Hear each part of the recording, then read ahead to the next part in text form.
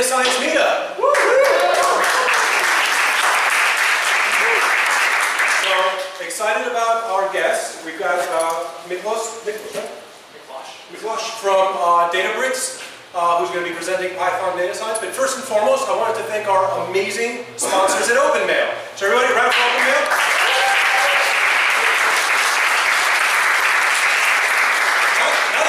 Gets like a fajita bar and margaritas. Like, this is kind of like a pretty exciting thing. So, Ali, do you want to come up here and say something about OpenMail? Sure.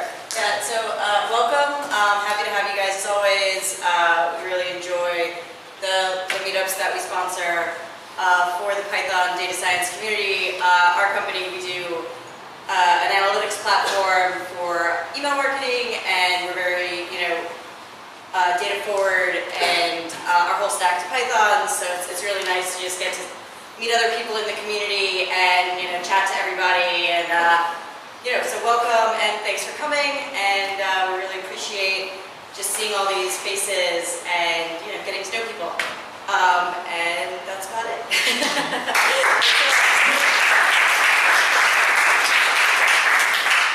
So to get everything warmed up, I was going to give like a 2-minute talk on a little Python-y thing. Let me make this a little bigger.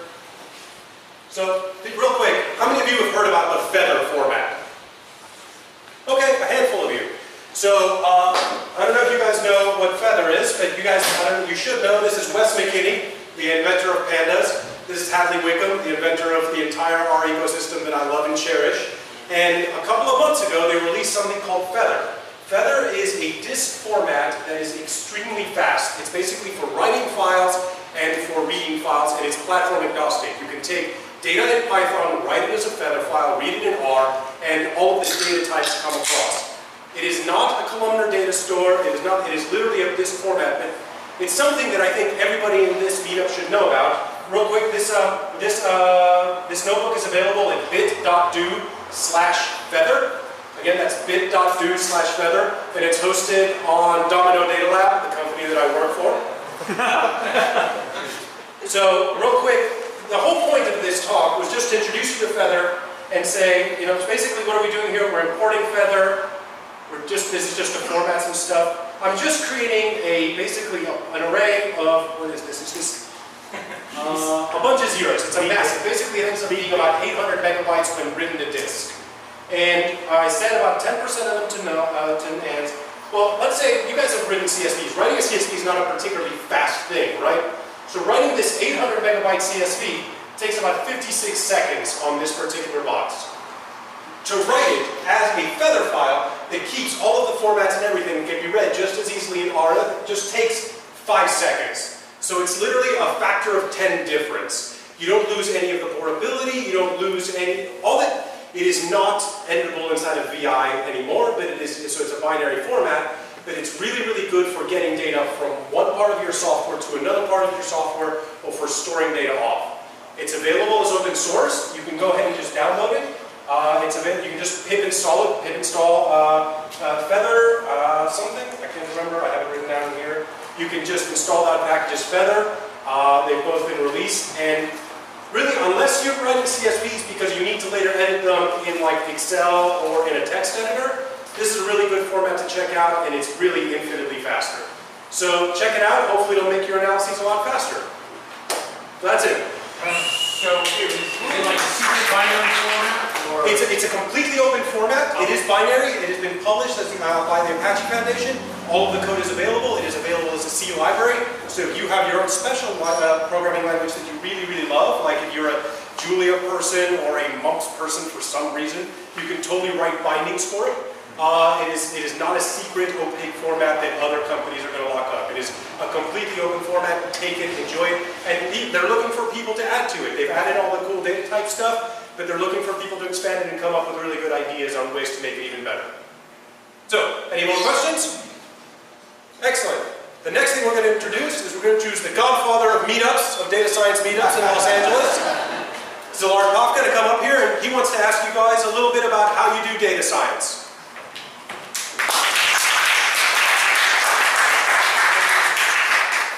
We did a little survey almost 2 years ago, so I want to make another one about what tools do you guys are using. Obviously, this is a Python meetup, so probably it will be heavily biased towards Python. But let's go first, and probably Eduardo will take some kind of notes, and then we'll publish a blog post on data science today. So, how many of you are more like data scientist, analyst types? Like 15, 10? How many more like data engineers? Kind of the same. How many are using Python? How many are using R? Uh-oh. How many are using Scala, Spark? That's more than R, right? Kind of the same. Maybe MATLAB?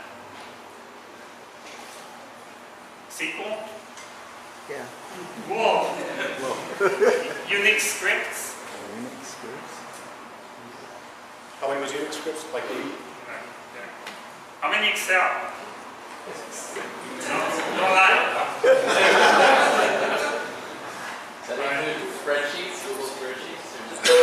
Yes. Yeah. How many are using, doing a lot of exploratory data analysis, visualization? Oh, yeah.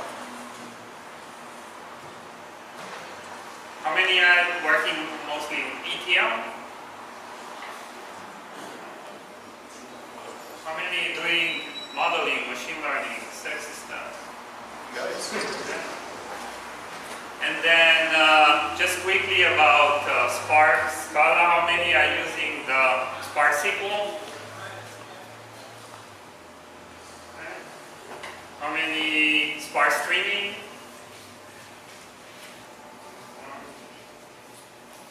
How many graph? Spark graphics? Somebody? How many are using the MLA or the ML pipelines? Then how many are using Spark R? How many PySpark? Okay. So hopefully after this one there will be a lot more people using PySpark and the rest. Alright, I guess that's it. Thank you so much. So I give it back to Eduardo.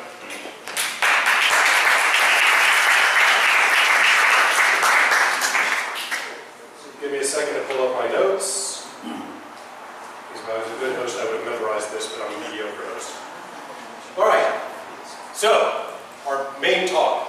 Miklos is a solutions engineer for Databricks, where he helps customers deploy and use Apache Spark to build batch and streaming applications. He was previously a systems engineer at Cloudera, where he developed a whole bunch of the Apache Hadoop ecosystem in production. He's contributed to several projects in open source community, holds a BS in electrical engineering and computer science from University of California, Berkeley. Everybody, welcome him. Woo!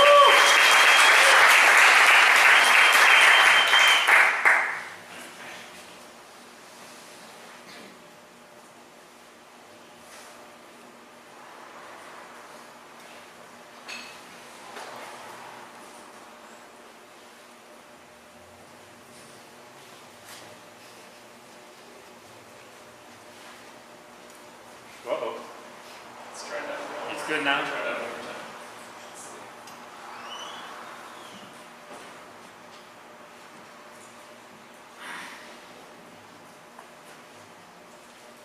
That's the nitty gritty. This is the hardest part. Let's see. Do you need to close out my tabs? Maybe they're doing something weird to the browser. Okay, I closed out your tabs. Okay. Let's see. Internet is it's just very slow.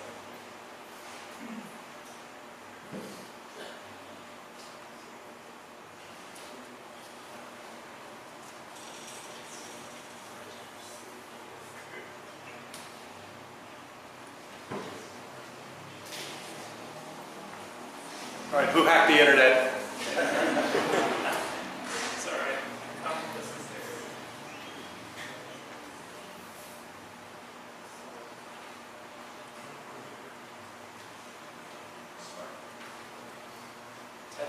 Tethering always saves me. these together. That's great. Cool. Thank you, Eduardo and OpenMail for setting up today's meetup. You already went over my introduction. So, a little bit about the company that I work for and helped sponsor me to be here. Databricks is the company who invented Apache Spark. All 5 or 4 co-founders were the creators of Apache Spark. It was a research project at UC Berkeley in the AMP lab. So far, we've contributed the majority of the code base to Apache Spark. That's mainly written in Scala, but there is a Python interface, which you guys are all excited to hear about me speak about. And here's the ecosystem of what it looks like. Spark SQL is a pretty popular component of it. Streaming, MLlib, GraphX, which is actually going to be replaced with something called Graph Frames.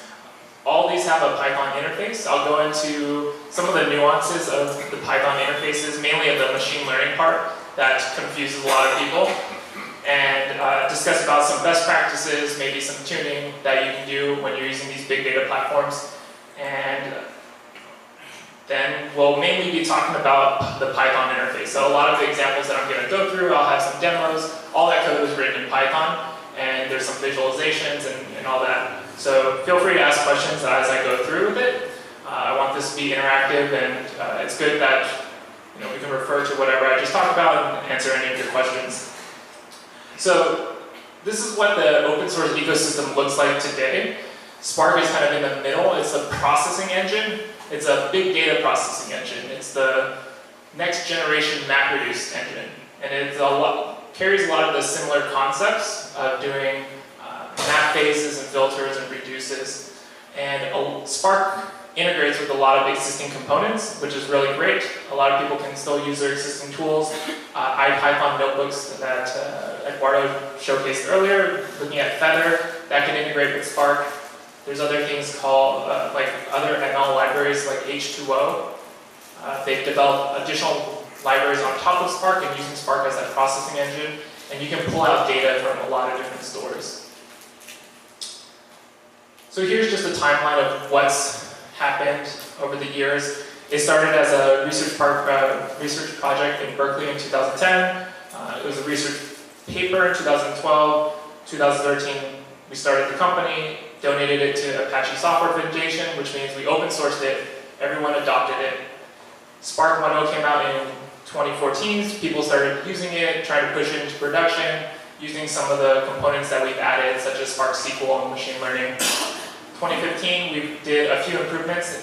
One of those is called data frames, and adding something called Project Tungsten to make those really fast. Very similar to the data frames implementation that you guys are used to in Pandas, but it's distributed across a lot of machines, and it's fault tolerant, so if one machine dies, it's able to recover that data partition within memory. And then 2016, we're going to release Spark 2.0. That's going to be even faster. It's going to add a new streaming engine with different APIs, and so a lot of people are excited about that. We've also added another thing called Graph Frames, which is going to replace GraphX, and you can do motif finding, some other algorithms like breadth for search, and some other things to build out graph engines. I won't talk about that today, but it sounds like you guys are interested, maybe. And there is a Python interface to that as well. So it's not like you need to go learn Scala. Typically, with Spark, a lot of the projects have a Scala interface first, but this one actually came out with Scala and Python, so you guys can get your hands on it today.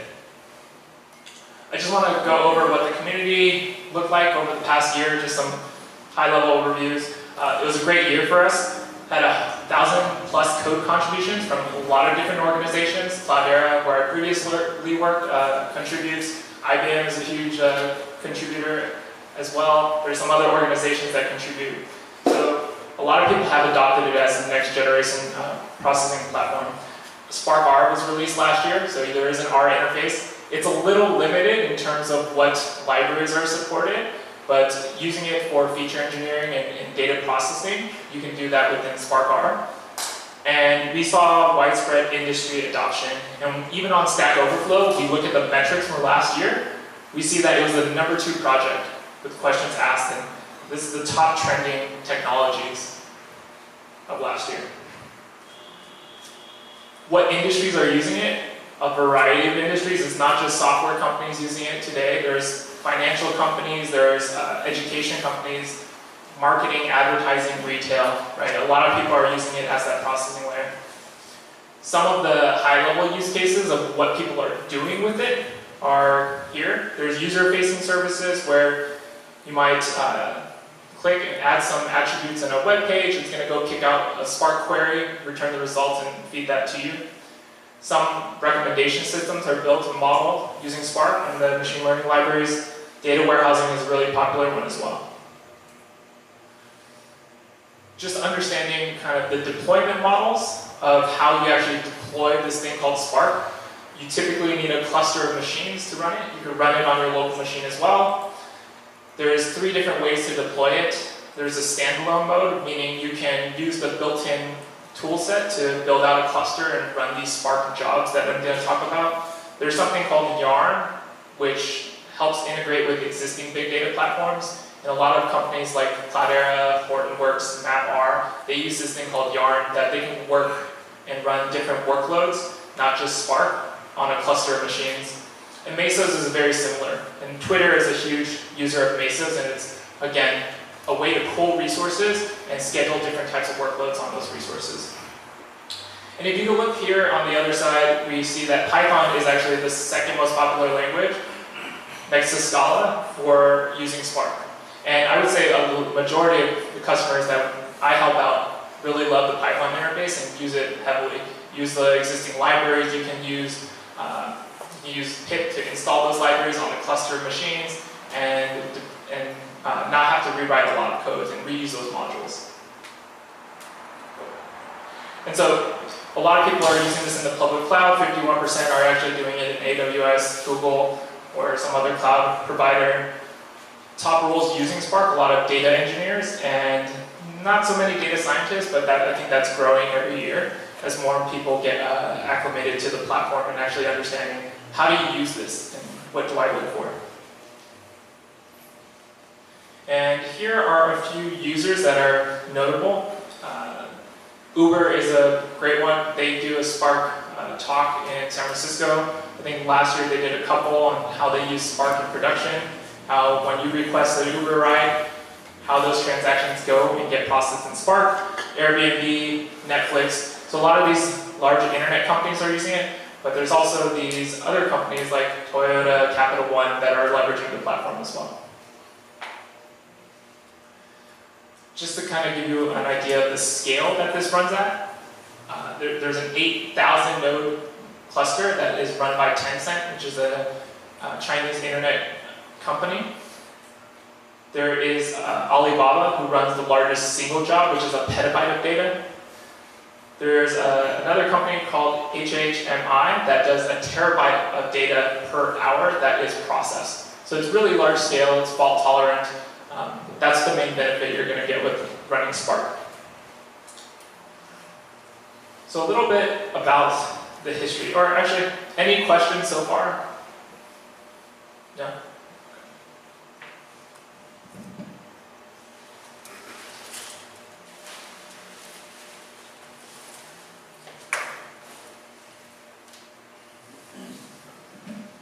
Just a little about the history of Apache Spark and where it came from and what I'll be talking about.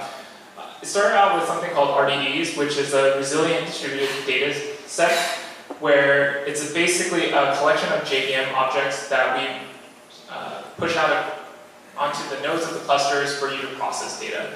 It was really rudimentary, it was really flexible, but it wasn't as fast as people expected it to be. Then we added something called data frames, which applied a schema to your data set, and we distributed that to the cluster. Because we knew the types, we can do more optimizations on the platform that actually processes your data, and that's actually within a JVM. So it's a distributed collection of row objects. You can write UDFs or your own custom logic to run operations on this data set, and it's fast and efficient. And we actually do some other things like Project Tungsten and optimizations underneath the hood to make it really fast. And then the next iteration was something called data sets, which are internally row objects, but externally JVM objects. Right now, this is mainly for Scala users because you have to pass in like a case class and have it processed. So we won't talk about that now, but it is something we'll think about. How do we integrate that with Python, the Python interface, and how do we leverage those optimizations that you get for data sets. But for the most part today, we're going to talk about data frames and why you should mainly use data frames, but might need to go back to RDBs for some use cases. So looking at the performance between RDBs, which was that first iteration, and data frames, which is the second iteration of the access layer to the end users, you can see that regardless of the language, you're going to get great performance using data frames. Here you can see Python, Java, Scala, R, SQL. They're all performed on par versus looking at the RDB implementation between Python and Scala. So the smaller the bar, the better the performance here. Questions so far before I get into the next piece? Great. So the next piece is going to talk about ETL. How do you get your data in the right format? And this is kind of a hard thing to do effectively. A lot of organizations have data engineers to do this for them, but for a lot of organizations, a lot of time is spent moving data around or requesting data to be in a certain format or in a certain directory. So a lot of time is spent just moving data around or transforming it. And so I think for a lot of data scientists and users, it's really important to actually understand the whole pipeline so that if you're copying that data set somewhere else, you're actually going to do it in an efficient manner, even if you're not working on that raw data set. And so it's a key factor for a lot of big data platforms. It helps provide speed improvements for all the workloads, and it's typically executed by data engineers.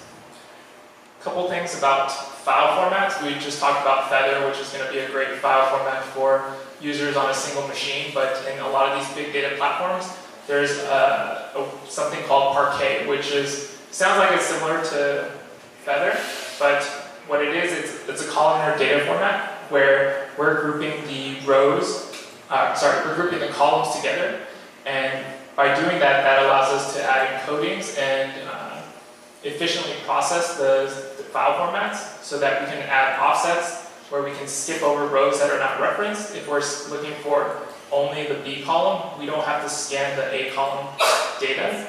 And that's different from other file formats where if you have text or CSV, you're going to have to, if you want the whole B column, you're going to have to scan each row and then throw away the column data that you don't want. Right? With columnar data formats, you can actually have indexes to where the columns are stored and efficiently process those. And so a lot of data formats for the system are either CSV or JSON. If you're doing big data processing, you don't want that to be the format that you're actually processing on or running machine learning algorithms on. It's going to be quite slow. So doing an ETL process to Parquet format is going to be much more efficient. And so with the file formats, there's another component to it, which is the compression. So compressing your data is going to be good because if it's serialized or sent over the network, it's going to be in a smaller format, but also you're paying for disk space, right? If you're in the cloud on AWS, S3, there's a cost to that. So having it compressed is going to give you some better performance. There's a variety that you can choose from. You can mix and match a lot of them, but what we recommend is Parquet because it is in that columnar format, but you can choose LZO, gzip, or snappy compression to actually efficiently process that data.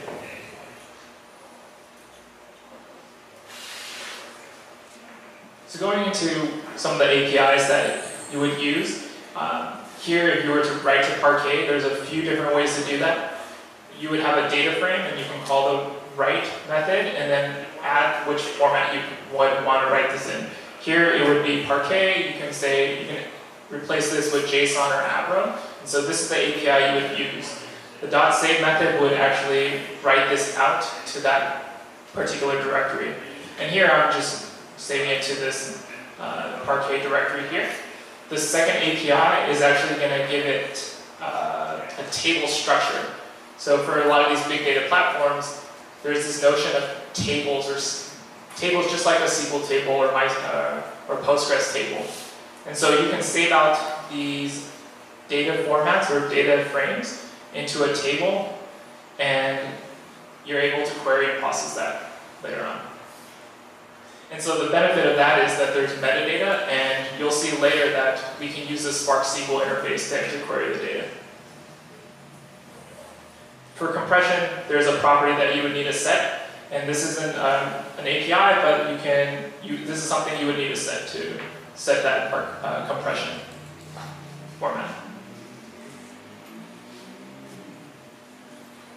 So one of the problems with a lot of these big data platforms is a lot of the data comes in a rather small format, and that can lead to a lot of overhead when you're loading that data. And so it is good to compact it. And so part of that ETL process is merging a lot of those files into larger files with less number of files. Because when you're loading or scanning a lot of these directories, you have to list all the files in that directory to understand what you need to open and scan. And so that can cause a problem. And there's a few ways to work around that. There's ways to coalesce or repartition the data sets. And in the next slide, I'll discuss what those mean and how that affects the number of files you're going to be writing out. And so here, there's a recommended size for Parquet. At least you would want 200 megs or 100 to 200 megs compressed Parquet files so that you can efficiently process that data on your cluster. If you have too many of those, there's a lot of overhead opening each file, and you're not able to scan or skip a lot of the data.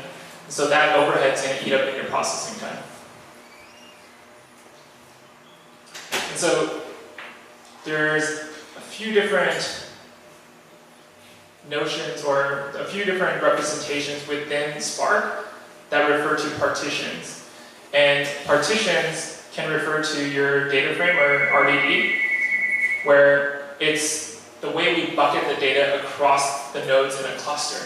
And so a data set will have some number of partitions. And when you're reading that from a file or directory, the number of partitions map to the number of files there. So that's something to keep in mind, because within a cluster, when you're running these jobs, the number of cores that you have can only operate on one file at a time while you're initially processing your jobs.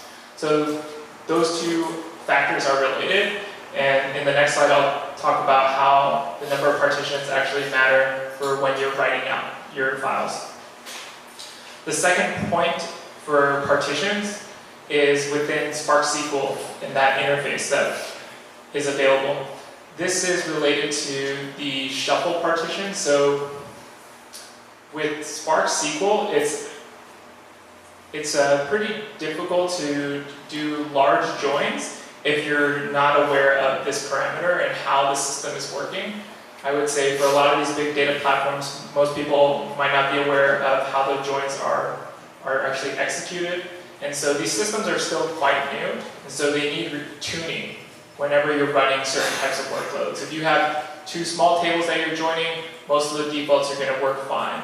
But as you scale up and start using billions of rows joined against another billion of rows, the shuffle partitions determine how the join keys are matched and then sorted on the different nodes. And then we're going to spill that to disk so that the next job in your task, or the next task in your job, can read that data set.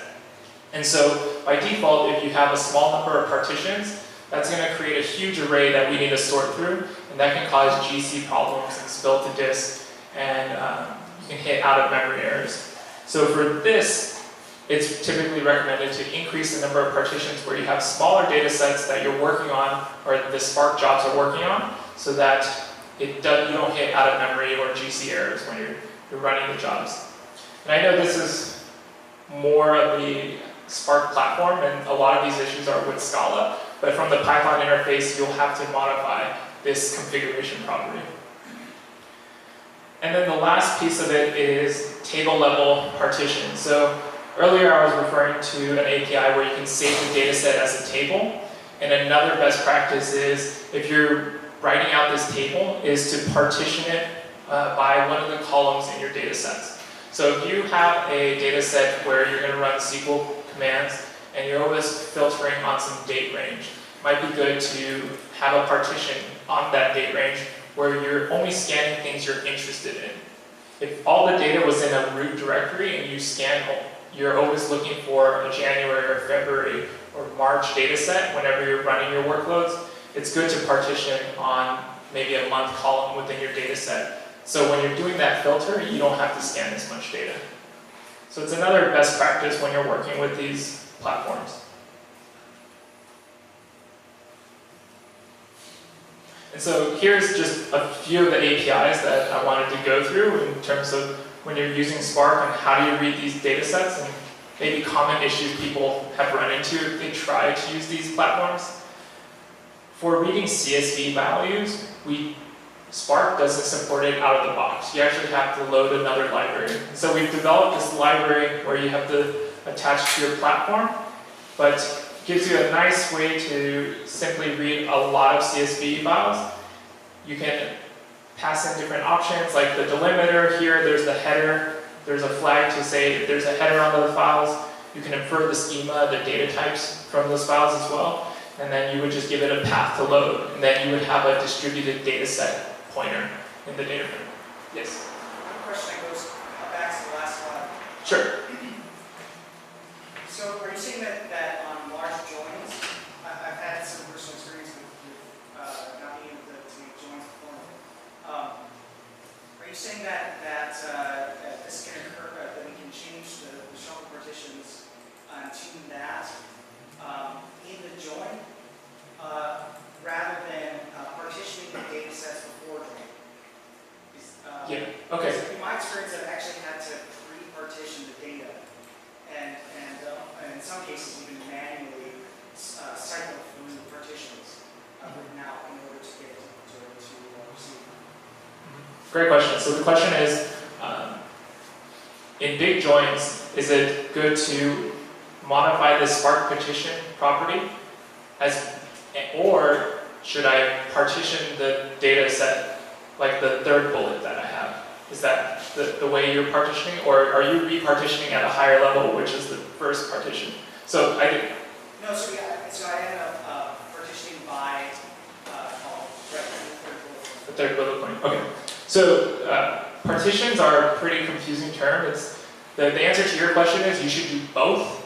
The shuffle partitions is part of the logical plan that we're building out and how we're generating the tasks and the job to execute what you want. And that's a join between two tables with some foreign key, right? The second, the third bullet point where you're partitioning your data set to make it more efficient, that is going to make it more efficient on the way we're scanning and loading that data in, as well as being able to efficiently process portions of the data set. So you should do both. And so these three things here are actually all related. Yes? As a follow-up, do you have any suggestions for like a more robust checkpointing of this sort of join? Okay. I mean, I've had this experience where the cluster just logs, right? They have no proceeding, and in order to get even partial work, done, I had to cycle through literally through partitions. Okay, I see. So the question is there a better way to checkpoint? And so checkpointing is actually some feature that's in Spark, but not in the SQL interface. It's like for streaming, you can checkpoint. So if you die, you can recover. For SQL, there isn't a concept of checkpointing. What you're doing is actually a good way to do it, where what he's referring to is in a large join, if it's failing, what he's doing is saying, now I know that my data set, say, we'll use this example. Say his data set ranges from 2012 to 2015. He's going to, instead of doing a join on all those years, he's going to just do a join on one of those years. Say, select ID and some user from 2012 and join that. Once that's done, go on to 2013, then 2014, and have a loop to do it. Is there a better way to do that? So the question, or the answer might be you need a bigger cluster. And so if you're limited on cluster resources, that might be the best solution that you have. If you have something like a cloud environment where you can request those instances and just build out a bigger cluster, your job would complete in a shorter amount of time, so it might be worth it. But that's more of a cluster tuning thing. Yeah, sorry. Good question. Hard problem. I think you're on the right track though. It might help to go back. You might want to test increasing the number of shuffle partitions. Because I've done that in the past where it was a billion to billion table join. There was a 40 node cluster, 4 cores and 30 gigs per node, and that helped get that through. It took a while to get through, but it got through. It was a pretty large table join. But, yeah. Any other questions on the partitions? It's still a bit confusing even if I just tell you about it. I think working with it and using these APIs and actually playing with it has actually helped solidify what these mean. I'll try to go over them in the demo that I have to maybe make it all more concrete. Cool. So going back, a lot of the text formats come in as CSV or JSON. For JSON, we actually can use a lot of the open source libraries to easily parse them. So that's already embedded into the Spark platform. So you can just do a SQL context read JSON and read in a large JSON file. You can also write it out as well. So I've seen this where you have different systems, and Parquet is really good for iterative analysis. You want to run a lot of workloads, multiple workloads on the same data set. That's great. But maybe you want to pass it into another system, or you want to throw it into your web interface. And so Parquet isn't really a great format to do that in. You can write that out as JSON, and it's a pretty simple interface to do that.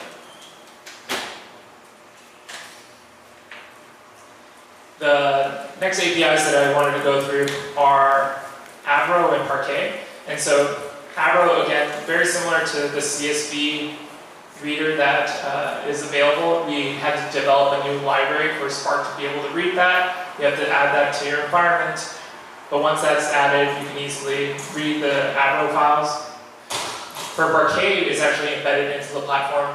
So a lot of people should just use the Parquet file format. And the APIs are pretty simple to do that. Going back to partitions and the APIs you would use to repartition or generate smaller compact files, that's what is on the screen. Here in the first set of APIs, we have a data frame, which is some data set that is loaded in memory, possibly. We're going to repartition it into 80 partitions, which means we're going to write out 80 files per directory. So keep that in mind. It's 80 files per directory. If we think about going back to the example where we're partitioning a table, where we're partitioning it for the year column, every year's value is a directory, and in that directory we'll create 80 partitions or 80 files. So that's important to know because as you're trying to compact those files, how do you compact them? You have to call this repartition API. And that's when you want to build out the 200 meg Parquet compressed files. So in that first example, the data is already sorted in the data frame, and the second one, you're sorting it by year? Great question. So the question was, am I sorting it by year? The data set's not really sorted. What the second example does is, if we go back to this example, here, if I'm doing an ls on this directory, there are 2 other directories, and there's one for each unique value of the year. Within this directory is where all the data files live. And those can be unsorted. You can sort them. Typically, there's no concept of needing the files to be sorted. Spark just sees it as a bunch of data. There's some efficiency, like I've tested with customers where they've sorted the data, they've written, and then compressed it. It's actually more compressed. And it's just because of the nature of the data. But that's like a really detailed example of when you might need sorting. But in general, you wouldn't need it. So there you're just throwing it into sets, or Yeah, we're just throwing it into sets and buckets. Yeah, buckets is a great way to think about it.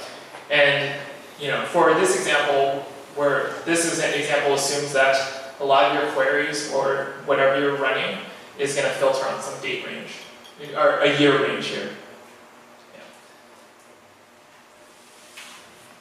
So yeah, the difference between these two is one is going to be partitioned by year. So in this df, which is my data frame variable, there's a column there that has year values. And for each unique one, we create a directory. And then within that directory, we're going to write out the data files that match that year, right? So if you think about a row of data, right, 2014 and all the other columns, we're going to write that out.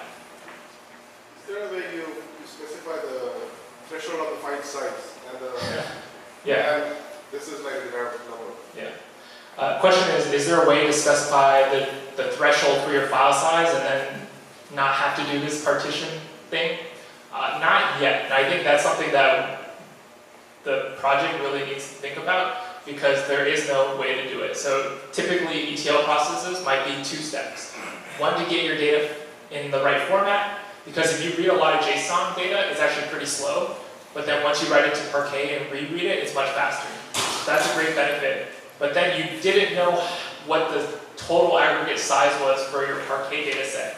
So you have to analyze that, figure out what's the optimal size, and then rewrite it using this repartition API. Right? So it's kind of, there is no good way to do that today, but it's something people have built around that. This is not sorted data, right? Sorry? Data is not sorted. No, the data is not sorted. Because then you know the size and then you just like do a mod and... Yes, you could, yeah, what you could do is, yes, that's what I typically do. In my code, I can get all the file sizes, I can figure out what the total size is in Parquet, I can do a mod, given that like optimal range, and figure out how many partitions I need. So I have to work in reverse. I can't give it a limit, but I can figure out approximately the number of files I should have. Yeah, so that's what I'm referring to.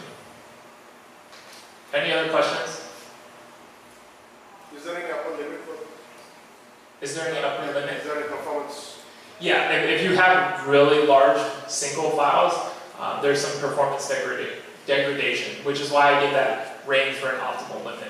And so people have written papers and done benchmarks on what that nice boundary is. But it's, I would say a lot of people have to test and see what their workloads and what kind of their systems are tuned to handle. Some of them are going to be because you might be resource constrained. If you have smaller clusters, maybe a bigger file size is better, right? If you're resource constrained that way. If you have a large enough cluster, maybe a little bit smaller is fine because you have more distributed tasks and your jobs will complete faster. So there's some other variables there. So I would say test to what your platform can kind of do. Along with that, is there any implication on the U-limit parameter? Okay, is there any implication on the U-limit parameter? There shouldn't be. Which U-limit? The number of open files. Number of open files. But it's distributed across a bunch of machines, so typically you won't hit those U-limits. Those U-limits are pretty high, right? Yeah, 10,000. Yeah, right. This is a distributed file system, so when I'm talking about all these things, it's you're writing to multiple machines or some distributed storage. Yeah. So you typically should not hit those issues. Question? Yeah. So let's say your data set is particularly wide. Okay. Is there a point at which you wouldn't choose Parquet?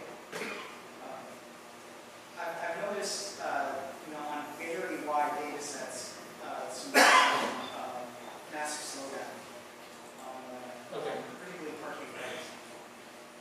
Yeah, so Parquet writes so the question is for very wide data sets, if you have a lot of columns in, say, a data set, is Parquet still the recommended format? And the main issue is with the writes that are really slow, but the reads are okay. Yeah. So writes with Parquet are kind of meant to be slow because it has to buffer all the column data, then write that out into the file first, and then go into the next column. So it kind of has to do that in kind of a sequence. So if you have a really wide table, you have to buffer the first row or first column, write that out first, and then the second column. And so it does take a significant amount of memory versus if you're writing JSON or CSV, You have that first row, write it out. Second row, write it out. It's much faster in that sense.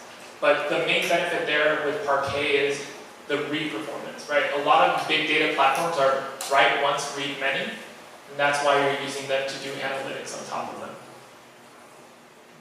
Does that kind of answer your question? Okay.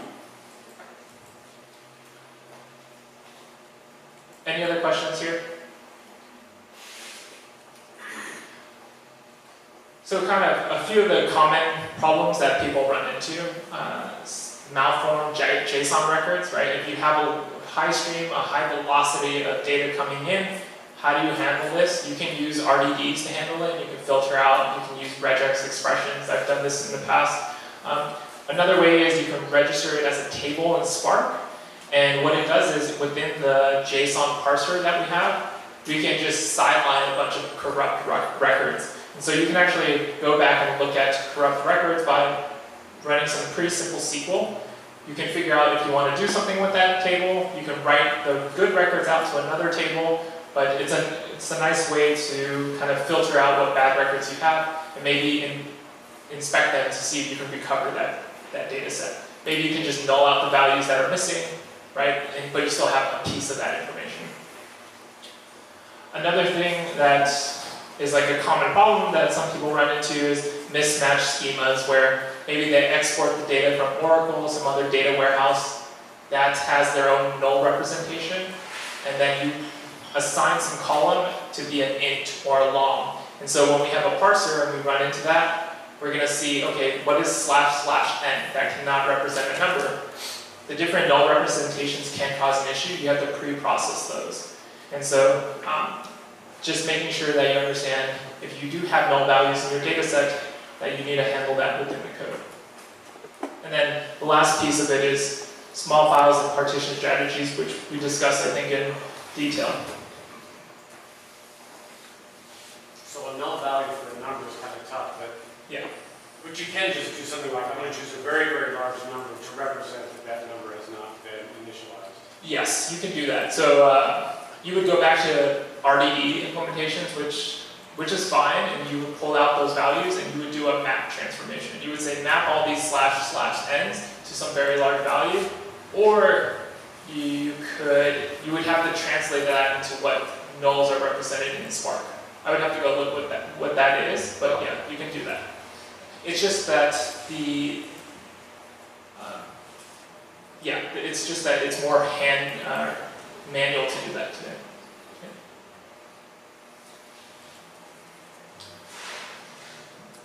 Just a tip about debugging Spark, and when you're using these distributed platforms, they're pretty hard to get used to. A lot of people are really familiar with single machines. You have some process of an interpreter. If it throws an error, you can see the stack trace and try to figure out what's going wrong. With these distributed environments, the error can happen in many different places, so it's kind of confusing. And so there's this notion of a Spark driver, which is the master of your application, that sends out a bunch of tasks to a bunch of executors and workers. And so making sure that you drill into the executors that have the problem to understand why that was an issue in your application. And so here, this is the null representation that I referenced earlier. This is an example where one of the 5,000 tasks that I have failed because I wasn't able to parse this /n because I thought I said that it would be a number. And so the way I found that was the error will typically have the hosting or IP address of the machine that task was running on, and then I can drill into it from there. So here, this is the IP address of the EC2 machine I used in Amazon, and I drilled into that log file. And so within the Spark UI, it's also possible to drill into that. You don't have to go log into a machine SSH or do something else. Within the Spark UI, we bubble up those error messages, and so you can see which tasks failed. Here, the first 3 tasks were successful, the last task failed, and I can drill into why it failed. And so that would show that null representation wasn't working properly. Questions? Cool. So next thing I'll go into is kind of Spark SQL and why that's important. And so a lot of users really enjoy the SQL interface because you can jump back and forth. SQL is much easier to represent things and then you can throw that into some other visualization tools. So there's two things that some people get confused about. Data frames and Spark SQL mean the same thing. They're just a different interface for the users to access the data. Data frames has specific APIs that you can call, and I'll go into some of those examples. But then you can also write ANSI SQL essentially within the platform and select, group by, and query your data sets. And so there are things that you should use when you're using the SQL interface or data frames. There's built-in functions, so you don't have to rewrite the code. There's built-in things where it's highly optimized for the platform, where you're converting maybe an epic timestamp column to a specific date format. There's a toDate function for that. If you have JSON records embedded into a table, you can get the JSON object and parse those with this built-in format. You can do regex replace and parse out minutes and hours. So there's a lot of nice functionality that's already embedded into the platform. Some other best practices when you're writing SQL statements within PySpark. Large table joins, typically you want the larger table on the left-hand side so that the query planner and optimizer can perform the right type of join. There's these things called broadcast joins and hash joins. I won't go into detail about that. You guys can ask me later if you're more interested, but the best practice is larger data set on the left-hand side when you're doing a join. We talked about the increased shuffle partitions, and the last thing is something called cluster by, which is a new API where you can sort the data so that it can be processed more efficiently. So let's say you've got let's say you've got 12 data frames to join, right? They're all relatively the same size, and I've noticed that doing the binary join, it can sometimes create a very complicated day that seems to be not as important as, say, doing a union of the RDBs and then reapplying the schema. Can you say anything about that? Like a real practice sheet? So I'm going to clarify the question. So you have, say, 12 tables you need to join together. It's more performant for you to union the RDBs? Is that what you're saying? So the Spark context has a class level union Yes. on an array of RDBs. Yes, you can union multiple RDBs together. Yes. But there's not the same for Spark. And you're forced to use the binary join in case of data, which creates a really complicated day, and it doesn't seem to Okay. I don't know the answer off the top of my head. We can talk about it later, and I can dig into the code and see. Thought data frames would have a union operator as well, but maybe I'm incorrect. It's likely I'm not. Okay. One thing maybe I should know, data frames are built on top of RDDs, so you can always drop down into the RDDs by calling your data frame variable .rdd, and then you can union them that way. I don't think you would need to do the joins there. But we can talk about that in more detail. That's like more specific. Excuse me. Yes? Describe what the code at the bottom. Yes, the code at the bottom performs a cluster by. So the use case here that I wanted to refer to was when you have, say, a large table on the left-hand side, you want to join maybe a reference or a fact table on the right-hand side. What happens today if you don't use this API is we'll do that join, during that join we'll have to shuffle the data in between, write it out, and there's like going to be a second stage to the job. So that can take some time. Instead of having to do that shuffle phase, you can cache that reference data set in memory across your executors. And then by doing that, and if you sort that data, you would not have to perform that shuffle stage. So these two commands do, this is the SQL context, which is how you interface the SQL part of PySpark. You would call .SQL, and what it does is it selects all the columns from this table and calls cluster by num1, which is just your join key. Then we register this as a temporary table, and then we're going to say cache this table into memory. And so with Spark, you can cache data sets into memory, and we'll use a fraction of your memory to store that data set, and the other half to do the processing. So then if you join to another table on num1, it's going to happen way faster. Yes, if you join another table to this cache table in memory, it's going to be much more efficient. You're going to have less stages within your job pipeline. So yes. You do that with big tables. You can do it with big tables, but in Spark 1.6, the in-memory representation is not very efficient.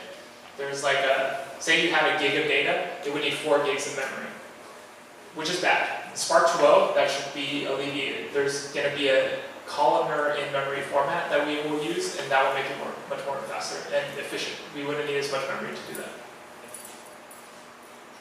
Yes? 2 questions on that. See, in select star, if I have a table with like 200 columns, Yes. I don't need all of them, so it doesn't force you to do select star, I suppose. No, it does not force you. It's just whatever you need. The select star here was just an example, but say you wanted a subset of the columns, you can specify those columns here, select ID, name, age, right? And then you can sort by whatever column you're going to join on. When I run this, it's going to read the whole data set and then cache it and put it in memory. Yes, by reading the whole data set though, if it's in Parquet, you're actually skipping things you don't need. So it's not scanning anything. Yeah. Okay. But that's like that's the I/O operation. Yeah, that's the I/O operation. In the beginning, I do. Yeah, exactly. But this would put all the data in memory. Okay. Any other questions on this piece?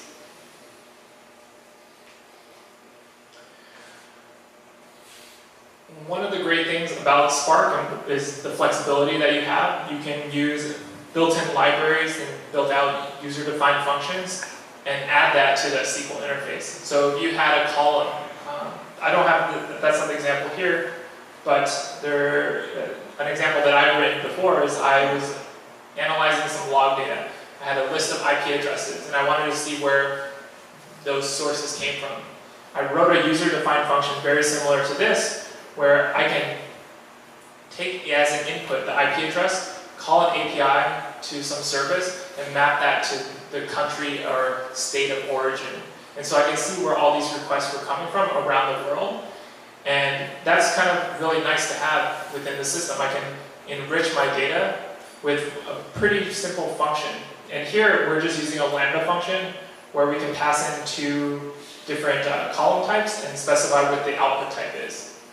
And so once I do that, I'm using the data frames API below to say, I want to add a new column, and I'm going to call that column ID offset. I'm going to call this user-defined function, and I'm going to pass in this ID, right, which is a column in my data set. One thing to point out here is, because we're working with columns of data, you can't just pass in a scalar when you're defining these user-defined functions. Underneath the covers, you're going to take one value and then map that to a row within your data set. So here, I had to call this function that's provided in our APIs and say .lit, which means literal. And this is going to be basically build me a scalar value of 1,000 and build that out as a column. So now, when I pass in my user-defined function, I'm passing in a column of data that has all the values of 1,000. Does that make sense?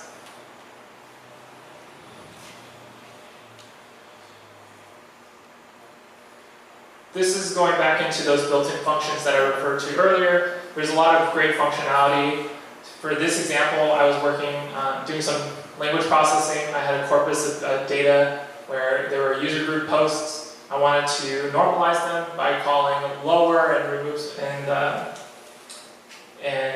normalize all the case between the data set. So I used that built-in function .lower and passed in a column called body, which is the body of text.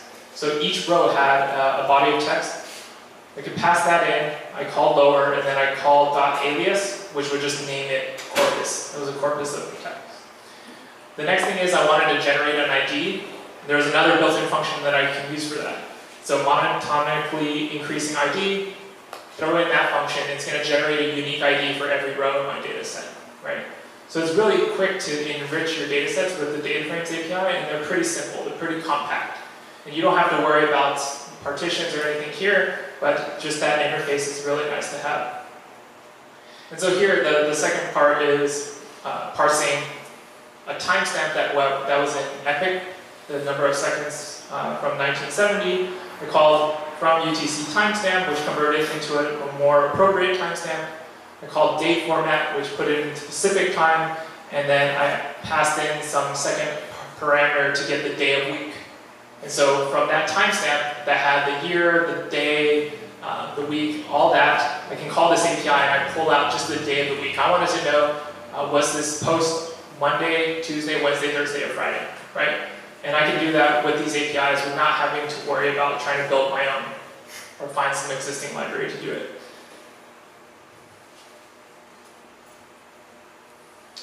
And this is just another way to generate a user-defined function. There's multiple ways to do things in the platform, which can get kind of confusing. Here I define just a function that's passed in some value. I'm going to square some columnar value. I can call UDF register and call this, pass in this function pointer. And then from there, I can call this squared UDF. Actually, it should be squared with Python here, and then pass in some ID. Yeah, sorry, typo here.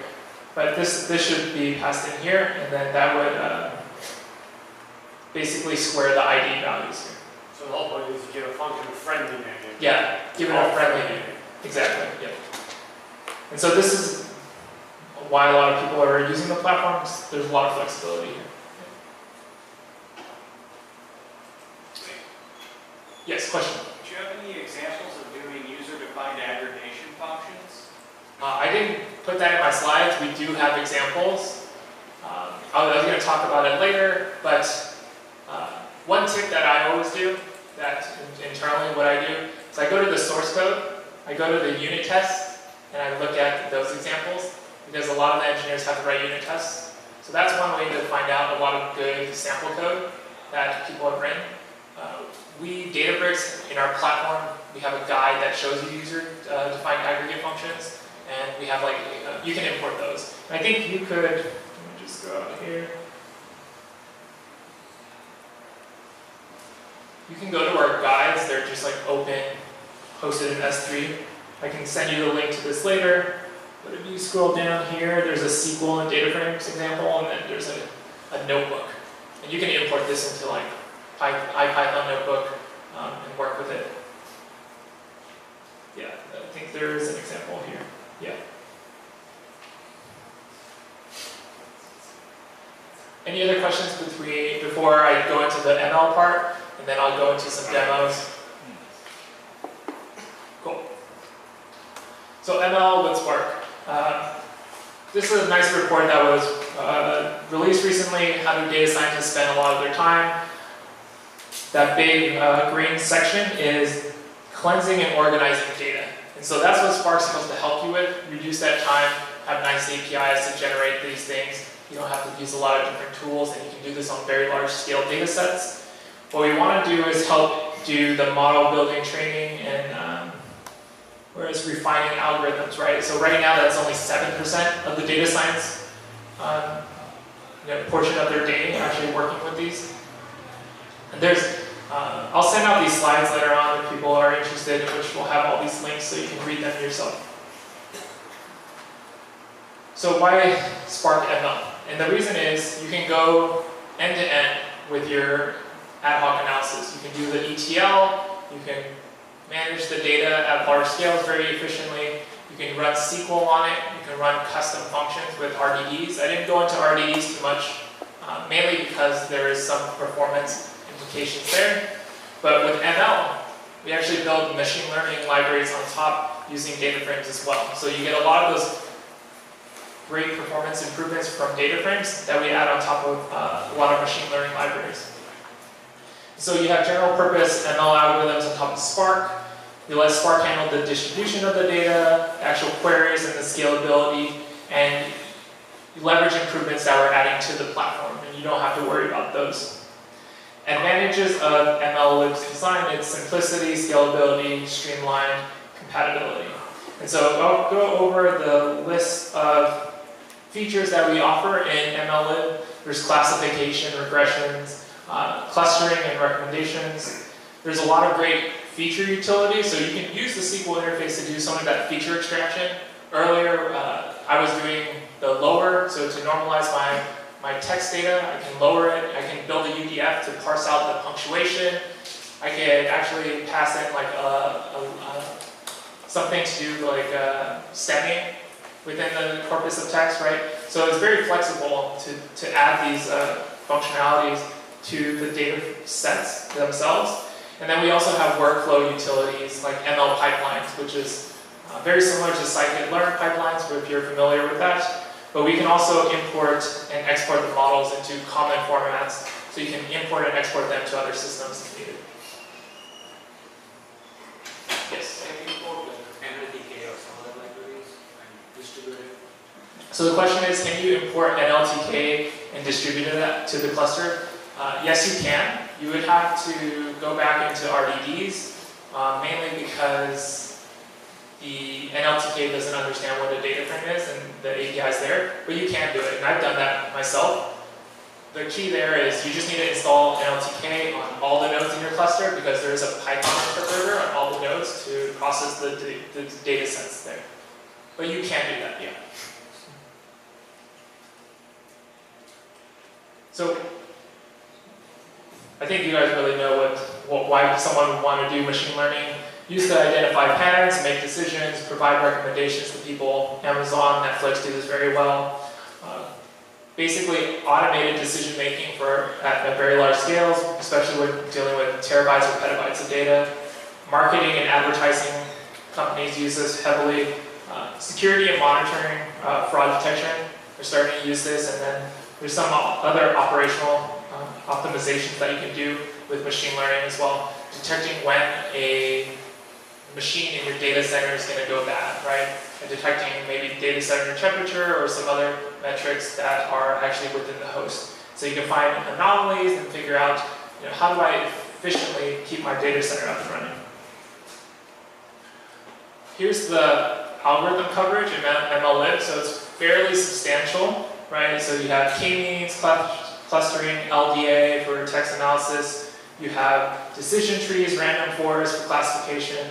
So a lot of these algorithms are supported. However, they're supported at MLlib, which is the RDE-based implementation. The Spark ML, which is a different package, leverages data frames, which is what we recommend. That is going to add a lot of these and make them have the same algorithms, like feature parity essentially, within Spark 2.0. So you'll see a lot of improvements with Spark ML. The best practice, what I recommend to a lot of people, is go to Spark ML, look at what's supported there. If you can do your work with Spark ML, do it there. If you need to drop back to do the algorithms that are only in MLlib, you'll have to drop back into the RDD implementation. Questions there? I know it's a little confusing. Do all of these work best with the Parquet column format, or yeah? So the question is, do these work well with Parquet format? Yes, they would. The thing with Parquet is mainly you would load that within the data frames. So if they're in Parquet format, that's going to assume the Spark ML is going to be mapped to Parquet because it's using data frames. You can drop the data frames back into RDDs and use MLlib. So it's a bit confusing. If I had a whiteboard, I would draw that out, and it'd be a little easier to manage.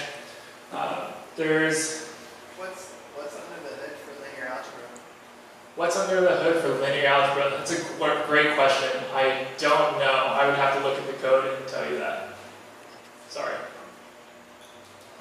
For Spark ML, do they use any of these ML algorithms under the hood, or are they implemented separately? So the question is SparkML using the same algorithms under the hood? Yes, they're just basically adding those APIs to use the data frames versus RDDs. So you have that performance improvement by leveraging the work done in data frames. So they're the same algorithms, yes. Other questions? So I know that's a little confusing. Hopefully, I have an example of when you would use a data frame and how you would drop back into an RDD and some of the APIs you would need when you're doing that type of work. And that was when I was working with NLTK. I had to drop back into RDDs because I was doing something, or I was using NLTK. Yeah. Is there an example of that online somewhere using NLTK on this? There is an example online for using NLTK. I'd have to find it. I think I looked at that too. So yeah, just I was talking about the differences. There's MLlib, which is the RDD implementation, not as fast as SparkML, but SparkML does not have all the features in MLlib. So you have to, at the moment, you have to first go to SparkML, find out if that can do what you need it to do. If not, drop back to MLlib. But we are adding new algorithms and everything to SparkML only. MLlib will just be in like sustaining mode. We won't add new algorithms there. Everything will be run on data frames, and SparkML is going to be the package to like keep your eye on. And so this is just the example that I referenced earlier, showing you what the data set looks like. I've normalized the text and used the built-in function lower here and the monotonically increasing ID API. This one goes over how you would map from a data frame to an RDD. And here, this words data frame, that's something that had a label and a collection of words. And how do you map that into an RDD? You would have to call .map, and then with each element, you can call this API called getItem, and then pass in your column name. And so now what this is doing is building just a tuple of values. Is that confusing to people? Okay. So this is going back into an RDD, which is a collection of objects. And then here I converted it back into a data frame just to show you how you would go through both operations. So if you're using MLlib and you had a data frame and you wanted to go back into RDDs and you wanted a subset of those columns, you would use that first line and pull out some of those data frames. You would have an RDD object now, and you can pass that to your MLlib algorithm. Questions on this? So here's the NLTK example. I had to use that code that I ran earlier in the slide above, parse out the ID and the corpus of text. Then I was going to tokenize the data. I built out this tokenize function where I'm going to pass in word tokenizer. I'm going to call toLower on each of the words. I'm going to remove the punctuation right here. And then I'm going to remove any stop words. So I had a collection or an array of stop words where I'm just doing a set operation saying, make sure that this word is not in my stop word list. And then return an array of those words. So this is actually operating on each row of data, and each row contained maybe an email or a forum post, right? So this is what one step into the machine learning process. Questions? Was this like a natural language processing we did? Yeah, this one was referring to a natural language processing example.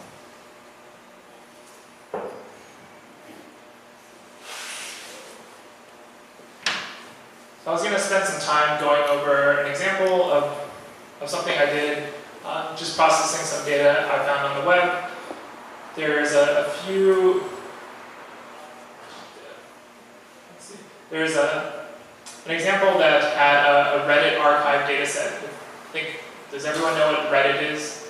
Okay, great. So Reddit had an API where you can pull out the comments of all the posts from all the years And one really diligent person had 20 million API calls over months and pulled out those data sets, and he shared it with the world. And so it was really great because now I can pull in this huge data set. It was a terabyte of compressed JSON data, and I can do some analytics on it, which is really nice for me because it's hard to find interesting data sets that you want to really work on, and this was something that I could relate to. And so he had this metadata file where I can actually pull out all the file names that I wanted to pull in to my environment. And instead of having a script run over days to pull this data set into S3, which is my environment that I work on, I actually created a data frame or an RDD of all the file names. Then I created a function that I'll go down into here that used the S3 APIs, which is, there's a Bodo library within Python to put files into S3. I wrote this wrapper to say, with every row that had this file name, download that file and put it into S3. And so I used the Bodo library, I passed in some keys, and I actually leveraged Spark to do my ETL, to actually pull in that terabyte of compressed JSON into S3. Once I did that, I then used the Databricks API to ETL that into Parquet. And so the first time I did that, I figured out what the aggregate size was in Parquet, and then I had to do a repartition and partition by the year for me to easily pull out portions of the data sets that I wanted to work on. Yes, question? You used the Spark cluster to pull the Reddit data set out of the archive location? Yes. And like, did you DOS that, sorry?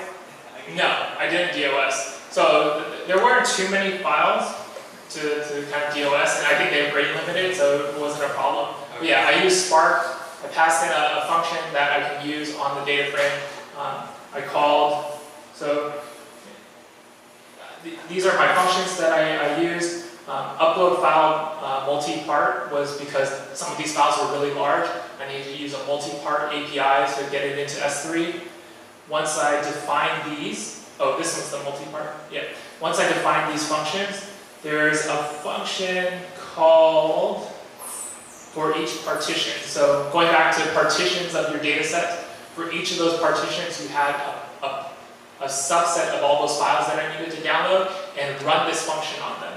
And so I passed this in, it would have those file names, and then I would download it and put it into S3. Questions here? So then I did that, I loaded it, I converted the timestamps, pulled out the years, and then I partitioned it per year so that I can easily filter out different years and do some analysis on that. And this is all in a Python notebook, essentially. The interface is our company's product, but I'm doing this all with Python APIs.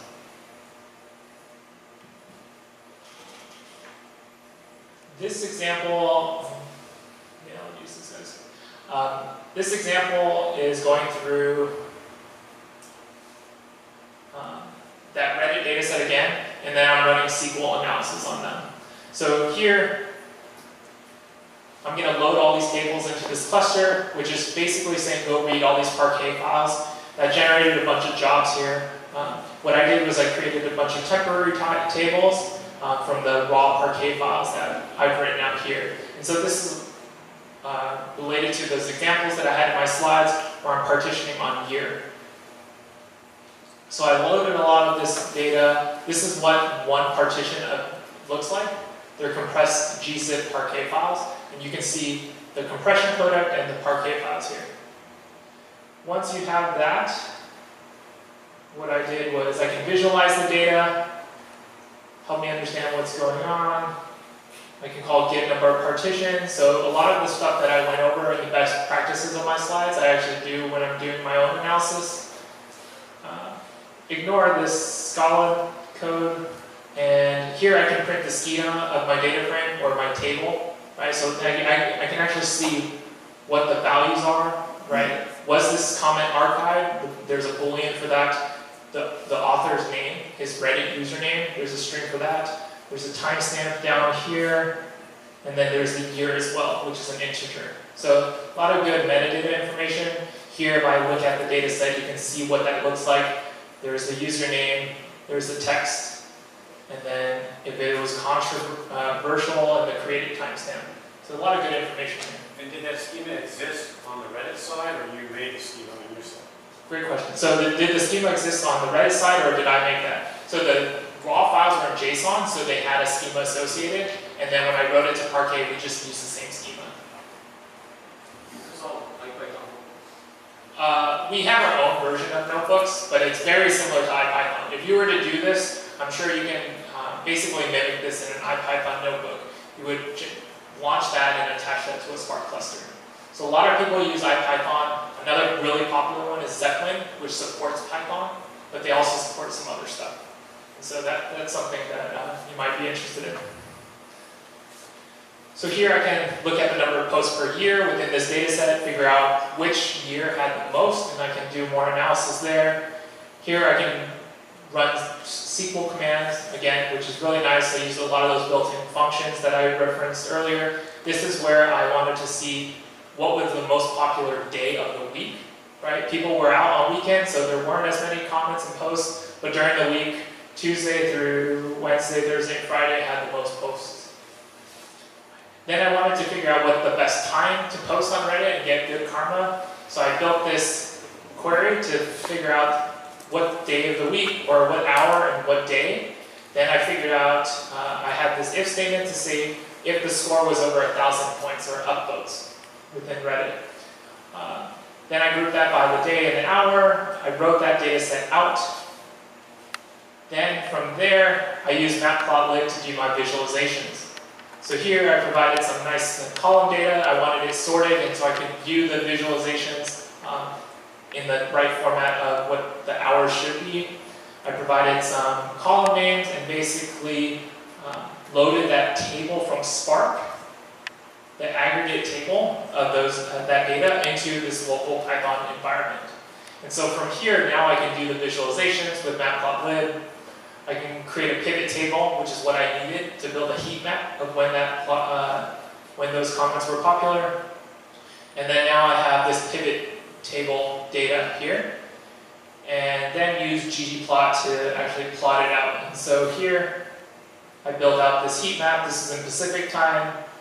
See that during the mornings throughout the week, these are the popular times to post to get really good karma. And there's this one hotspot Sunday night where people would post and get really good karma as well. So, I pulled in all my data sets through Spark. I did some ETL. I ran some SQL analysis, and now I can actually visualize that data and do some more cool things with it, where Spark is doing all the heavy lifting for me. I also did this in R. Since we do support Spark R, you can do the same thing, right? R has ggplot as well. I load those packages in. I'm doing the same transformations, building out the pivot table, and then doing the same visualizations, right? Looks a little different, but very similar work. Better than the previous one. It looks better than the previous one. I agree. I didn't know how to make it really pretty in Python, so I like this one as well. If I go, then again, using matplotlib and ggplot, I built out this SQL query to determine whether the length of the comment was related to your score. Do short comments give you a higher score, more karma, or the longer the comment, the better the score. And so we go down here, you can see the karma and the average length of the comments. And the really good ones, you see that it's actually not really correlated, right? So you can have good number of upvotes, but actually the comment length wasn't too long. They didn't put too much thought into it, they didn't spend too much time on it, right? So that's with SQL. There's another example that I wanted to go through, and I can post a lot of these and send them out for people to kind of go through them and digest them in a nicer, timely fashion. I can export them as HTML, so you can see a lot of the visualizations that I've done. You can open them on your own browsers and actually look where we have the visualizations, we have the data sets that we have, and all the APIs available. But this one that I was going to go through, basically there was a power plant data set that I pulled. I did some analysis within the notebook. I built out a data frame. It was in a CSV format. It was tab delimited, so I set in the delimiter type. I pulled that into a data frame, and now I have the atmospheric temperature, atmospheric pressure, and then power output. And so what I wanted to do here was load the data frame, visualize the data sets, and figure out whether there were any correlations between any of the features that we have and the power output. And so here, this notebook will go through, run some descriptive statistics, getting the count, the mean, standard deviation. These are supported within Spark. You can call it .describe on that data frame, and it will go process these metrics for you. It's really nice to visualize the data set. So within a lot of the notebook environments, there's visualizations tools. So here I'm at atmospheric temperature and the power output, and see there is some linear relationship between that. I can actually do some other, pull in some of those other plotting options as well. And then after some more visualizations, you can see exhaust vacuum and power. There's some relation here, it's not really linear. Then go through atmospheric pressure and power output. There's really no relationship here. From these visualizations, then I go into data preparation, use those Spark ML feature sets, and build out a vector of these features. Then do some data modeling, do a data split, 80-20 for my training and test data. I cache the data set so that it's in memory and I can do the iterative processing very quickly. And then I can run a linear regression on it. So going back to the Spark ML, I saw linear regression was supported. I can see that it's PySpark.ml, not the PySpark.mllib, so I can continue using my data frames that I built above. You can print out what the parameters are to your linear regression algorithm, and then build and fit your algorithm here. And then I run through this and find out that I can print out the root mean squared error, which was I think about 4.5, and then I actually go in and build out a decision tree model and see that it's actually a better model. The root mean squared error was only 3.5, I think it was. But the point I wanted to get here was that within one notebook, I can have that data set. It was in a good format. It was using data frames. I trained 2 algorithms within one notebook, and I can leverage a lot of that existing work that I did, features, and have a cohesive story when I'm doing my model training. And so this was a sample data set, but our customers and users actually can do this on a very large data set where you're running on terabytes of, I haven't seen petabytes of data yet, but terabytes of data, and they're running these algorithms and generating and doing visualizations within these notebooks. So do you think that this example would scale to the large data sets pretty easily just by yeah. So I would say this would scale. The thing that I wanted people to take away was a few of the things that are related to that scale were with partitions. And so like partitions are really important because they determine the number of tasks that you're running. And so if I enlarge this data set for machine learning, if I threw a lot more data sets there, and I increase the cluster size a lot, is my algorithm going to run faster? The answer is no.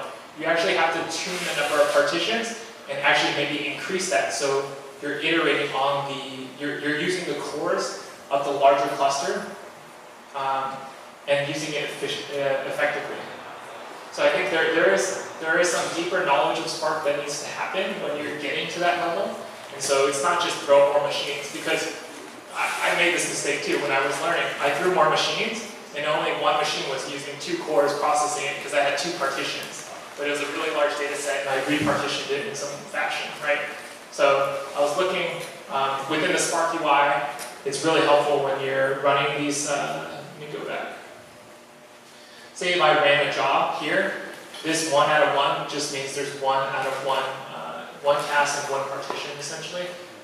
So you have to play around and modify some of those parameters and make sure that you're actually leveraging the cluster. So if you go to the Spark UI, right? Everyone, if you're using Spark, there's a Spark UI for your application. A good place to go and look is whether your executors are actually using the number of tasks that you have. Each one of my executors or my nodes should have 4 cores, so they can process 4 things at a time.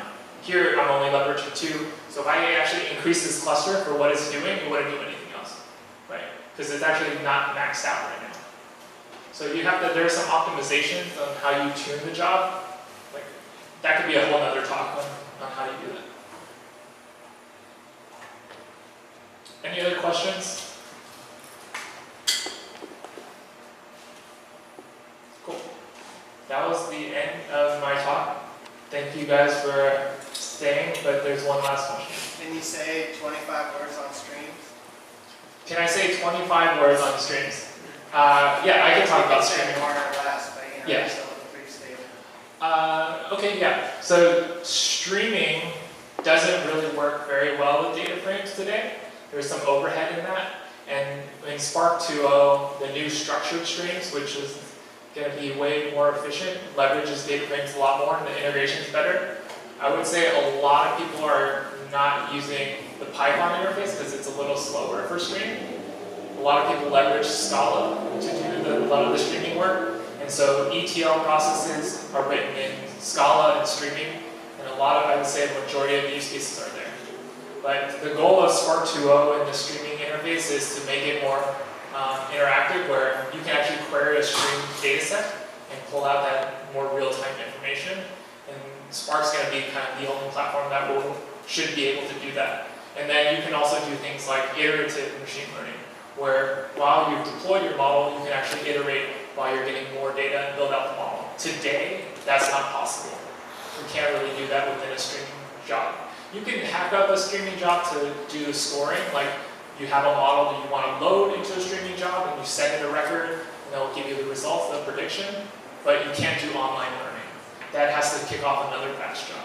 So streaming, I think next year we're going to see a lot of improvements, a lot of new features and performance improvements. But today I would say it takes a lot of work to get it working properly.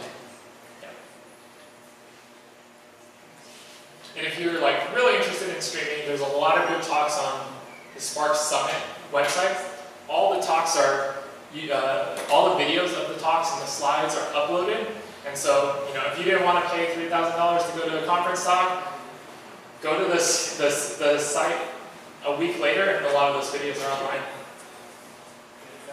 Yeah. Probably not great because we host those, but you know, it's all right. You'll figure it out anyways, right? Any other questions? Yeah. General question about partitioning. So if you have really skewed data sets, yes. Is there like a good way to partition that? From what I understand, when you repartition a data set, for example, if you have like already like key value pairs of data sets, you partition uses a hash partitioner on your keys. Yeah, so the question is, what if you have really skewed data? Partitioning is not going to work out that great. So there's going to be a feature called bucketing, which is basically hashing on some key. That, I believe, is going to be in Spark 2 something. But yeah, like Hive and a lot of other big data platforms already support it. But yeah, that's a good strategy to handle skew. Today, I'm not sure what's the best way to do that. Yeah, it's some people will craft their queries and just have a partition, right? You can define a UDF, create your own hash function, hash that value, and just put the data there. The only downside there is that you're managing the hashing. So if you want to query that data set, you now need to know the hash and hash in that hash function as well. So it's really good if we can just say, oh, bucket by this column, and then let the system handle it. That's what bucketing will do. But that's a feature, that's how it works.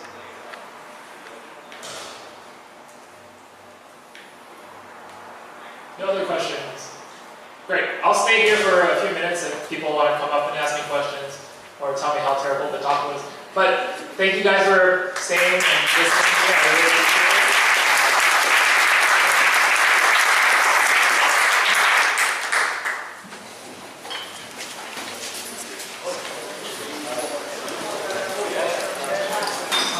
If anybody does want to help break down a little bit, we have 2 types chairs. Chairs with a solid back.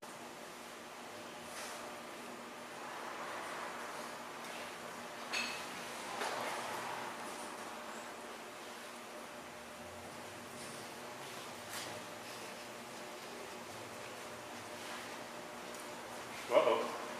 Let's try that. It's good now. Try that one more time.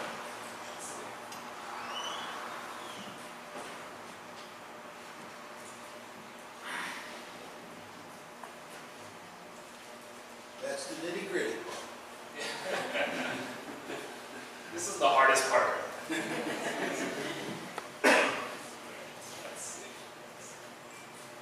Do you need to close out my tabs? Maybe they're doing something weird to the browser?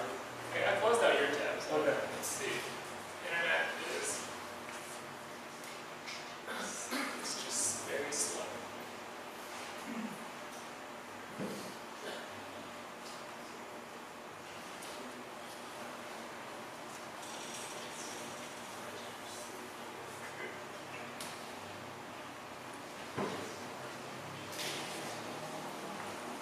All right, who hacked the internet?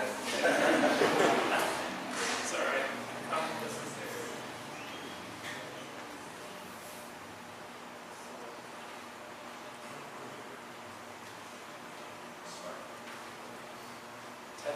Tethering always saves me. Yeah, that's great. Cool. Thank you, Eduardo and OpenMail for setting up today's meetup. You already went over my introduction. So, a little bit about the company that I work for and helped sponsor me to be here. Databricks is the company who invented Apache Spark. All 5 or 4 co-founders were the creators of Apache Spark. It was a research project at UC Berkeley in the AMP lab. So far, we've contributed the majority of the code base to Apache Spark. That's mainly written in Scala, but there is a Python interface, which you guys are all excited to hear about me speak about. And here's the ecosystem of what it looks like. Spark SQL is a pretty popular component of it. Streaming, MLlib, GraphX, which is actually going to be replaced with something called GraphFrames. All these have a Python interface. I'll go into some of the nuances of the Python interfaces, mainly of the machine learning part that confuses a lot of people, and discuss about some best practices, maybe some tuning that you can do when you're using these big data platforms. And And you're using R. Uh-oh. How many are using Scala Spark? That's more than far, right? Kind of the same. Maybe MATLAB? SQL? Yeah. Whoa! Unix scripts? Unix scripts. How many was Unix scripts? Like 8? How many Excel? No lie. Does that include spreadsheets, Google spreadsheets? Yes. Yeah. How many are using, doing a lot of exploratory data analysis, visualization? Oh, yeah. How many are working mostly in ETL? How many doing modeling, machine learning, search systems? And then just quickly about Spark, Scala, how many are using the Spark SQL? How many Spark streaming?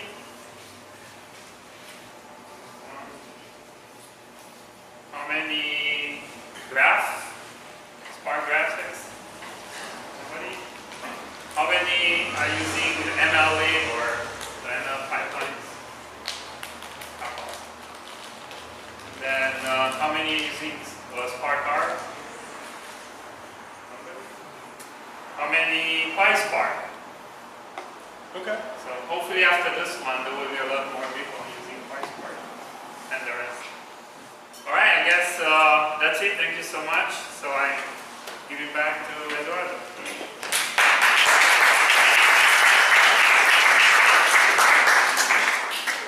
So give me a second to pull up my notes. If I was a good host, I would have memorized this, but I'm a mediocre host. All right, so our main talk. Miklos is a solutions engineer for Databricks, where he helps customers deploy and use Apache Spark to build batch and streaming applications. He was previously a systems engineer at Cloudera, where he developed a whole bunch of the Apache Hadoop ecosystem in production. He's contributed to several projects in the open source community, holds a BS in electrical engineering and computer science from University of California, Berkeley. Everybody, welcome him.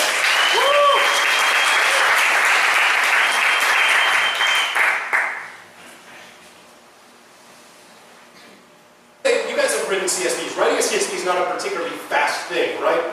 So writing this 800 megabyte CSV takes about 56 seconds on this particular box. To write it as a feather file that keeps all of the formats and everything and can be read just as easily in R, just takes 5 seconds. So it's literally a factor of 10 difference. You don't lose any of the portability, you don't lose any, all that, it is not editable inside of VI anymore, but it is, so it's a binary format, but it's really, really good for getting data from one part of your software to another part of your software or for storing data off. It's available as open source. You can go ahead and just download it. You can just pip install it, pip install Feather something, I can't remember, I have it written down here. You can just install that package as Feather.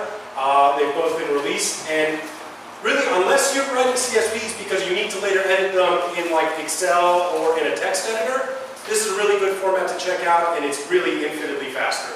So check it out, hopefully it'll make your analyses a lot faster. That's it. So is it like a secret binary format? Or? It's a completely open format. It is binary. It has been published by the Apache Foundation. All of the code is available. It is available as a C library. So if you have your own special programming language that you really, really love, like if you're a Julia person or a Mumps person for some reason, you can totally write bindings for it. It is not a secret, opaque format that other companies are going to lock up. It is a completely open format. Take it, enjoy it, and they're looking for people to add to it. They've added all the cool data type stuff, but they're looking for people to expand it and come up with really good ideas on ways to make it even better. So, any more questions? Excellent. The next thing we're going to introduce is we're going to introduce the godfather of meetups, of data science meetups in Los Angeles. Zilard Kafka to come up here, and he wants to ask you guys a little bit about how you do data science.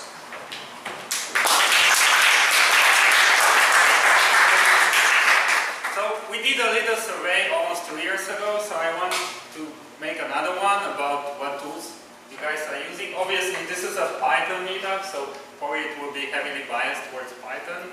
But let's go first, and probably Eduardo will take some kind of notes, and then we'll publish a blog post on data science today. So how many of you are more like data scientist, analyst types? 15, 10? How many more like data engineers? Kind of the same. How many are using Python? Cinco de Mayo, Python Data Science Meetup. So excited about our guests. We've got Miklos from Databricks, who's going to be presenting Python data science. But first and foremost, I wanted to thank our amazing sponsors at OpenMail. So everybody, round for OpenMail.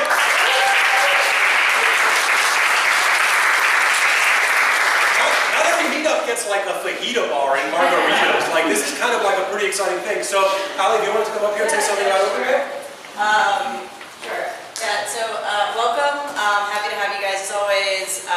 We really enjoy the meetups that we sponsor for the Python data science community. Our company, we do an analytics platform for email marketing, and we're very, data forward, and our whole stack is Python, so it's really nice to just get to meet other people in the community and, chat to everybody, and, so welcome and thanks for coming, and we really appreciate just seeing all these faces and getting to know people, and that's about it.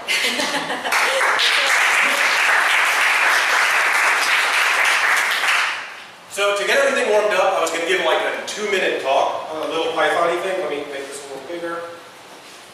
So, real quick, how many of you have heard about the feather format? Okay, a handful of you. So, I don't know if you guys know what feather is, but you should know this is Wes McKinney, the inventor of pandas. This is Hadley Wickham, the inventor of the entire R ecosystem that I love and cherish. And a couple of months ago, they released something called Feather. Feather is a disk format that is extremely fast. It's basically for writing files and for reading files, and it's platform agnostic. You can take data in Python, write it as a Feather file, read it in R, and all of the data types come across. It is not a columnar data store. It is literally a disk format. But it's something that I think everybody in this meetup should know about. Real quick, this notebook is available at bit.do/feather. Again, that's bit.do/feather, and it's hosted on Domino Data Lab, the company that I work for. So, real quick, the whole point of this talk was just to introduce you to Feather and say, you know, basically what are we doing here? We're importing Feather. This is just to format some stuff. I'm just creating basically an array of, what is this? It's just a bunch of zeros. It's a massive. Basically, it ends up being about 800 megabytes when written to disk. And I said about 10% of them to NAND. Well, let's say. Then we'll mainly be talking about the Python interface. So a lot of the examples that I'm going to go through, I'll have some demos. All that code is written in Python, and there's some visualizations and all that. So feel free to ask questions as I go through with it. I want this to be interactive, and it's good that we can refer to whatever I just talked about and answer any of your questions. So this is what the open source ecosystem looks like today. Spark is kind of in the middle. It's a processing engine. It's a big data processing engine. It's the next generation MapReduce engine. And it carries a lot of the similar concepts of doing map phases and filters and reduces. And Spark integrates with a lot of existing components, which is really great. A lot of people can still use their existing tools. IPython notebooks that Eduardo showcased earlier, looking at Feather, that can integrate with Spark. There's other things called, like other ML libraries like H2O. They've developed additional libraries on top of Spark and using Spark as that processing engine, and you can pull out data from a lot of different stores. So here's just a timeline of what's happened over the years. It started as a research project in Berkeley in 2010. It was a research paper in 2012. 2013, we started the company, donated it to Apache Software Foundation, which means we open sourced it, everyone adopted it. Spark 1.0 came out in 2014, people started using it, trying to push it into production, using some of the components that we've added, such as Spark SQL and machine learning. 2015, we did a few improvements. One of those is called data frames and adding something called Project Tungsten to make those really fast. Very similar to the data frames implementation that you guys are used to in Pandas, but it's distributed across a lot of machines and it's fault tolerant. So if one machine dies, it's able to recover that data partition within memory. And then 2016, we're going to release Spark 2.0. That's going to be even faster. It's going to add a new streaming engine with different APIs, and so a lot of people are excited about that. We've also added another thing called Graph Frames, which is going to replace GraphX, and you can do motif finding, some other algorithms like breadth for search, and some other things to build out graph engines. I won't talk about that today, but it sounds like you guys are interested, maybe. And there is a Python interface to that as well. So it's not like you need to go learn Scala. Typically, with Spark, a lot of the projects have a Scala interface first, but this one actually came out with Scala and Python. So you guys can get your hands on it today. I just want to go over